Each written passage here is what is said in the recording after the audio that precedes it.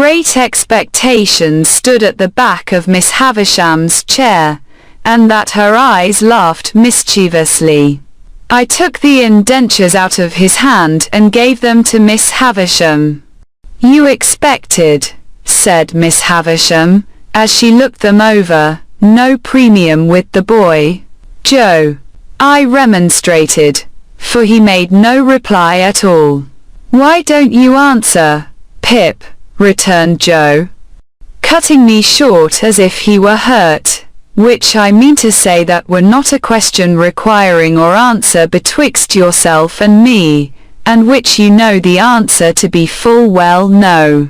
You know it to be no, Pip, and wherefore should I say it? Miss Havisham glanced at him as if she understood what he really was, better than I had thought possible, seeing what he was there, and took up a little bag from the table beside her. "Pip has earned a premium here," she said, "and here it is.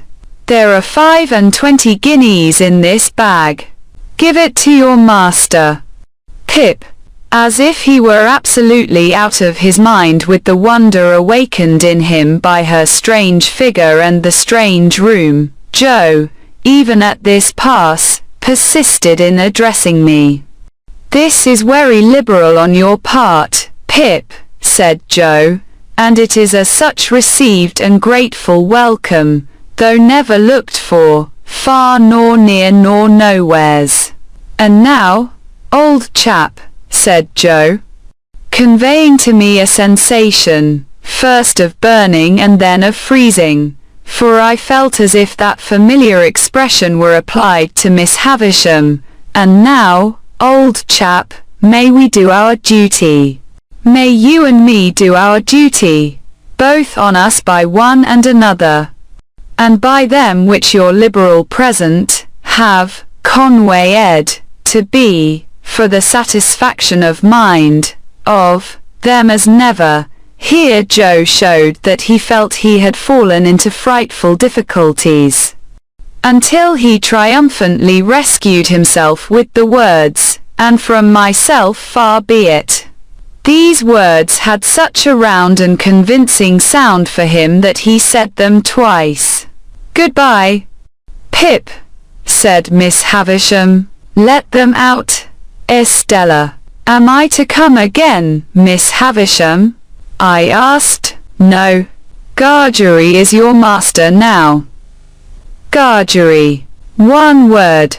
Thus calling him back as I went out of the door, I heard her say to Joe, in a distinct emphatic voice, "The boy has been a good boy here, and that is his reward.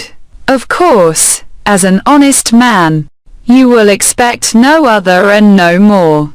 How Joe got out of the room, I have never been able to determine, but I know that when he did get out he was steadily proceeding upstairs instead of coming down, and was deaf to all remonstrances until I went after him and laid hold of him. In another minute we were outside the gate, and it was locked, and Estella was gone. When we stood in the daylight alone again, Joe backed up against a wall, and said to me, "Astonishing."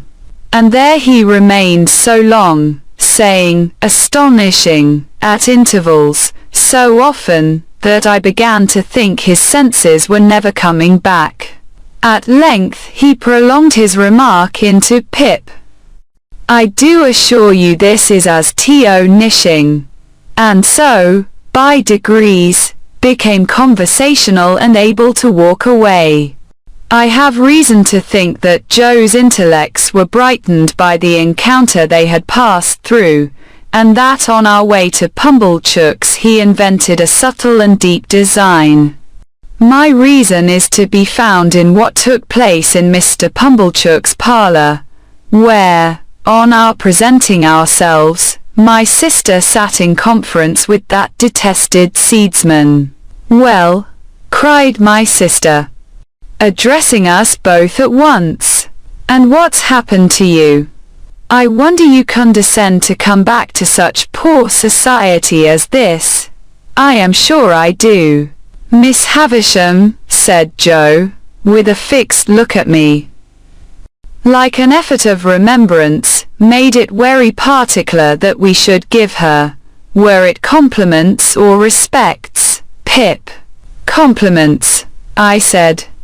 Which that were my own belief, answered Joe. Her compliments to Mrs. J. Gargery.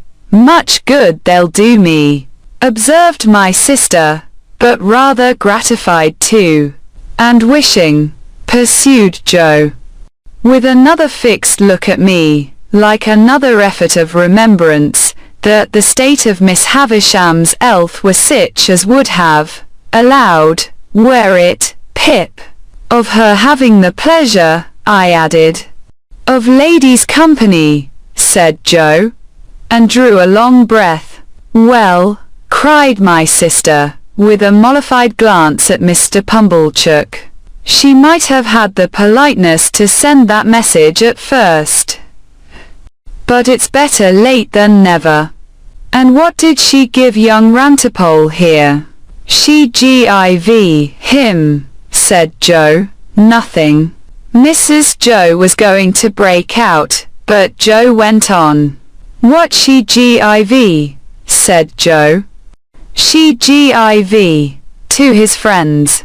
And by his friends, were her explanation, I mean into the hands of his sister Mrs. J. Gargery.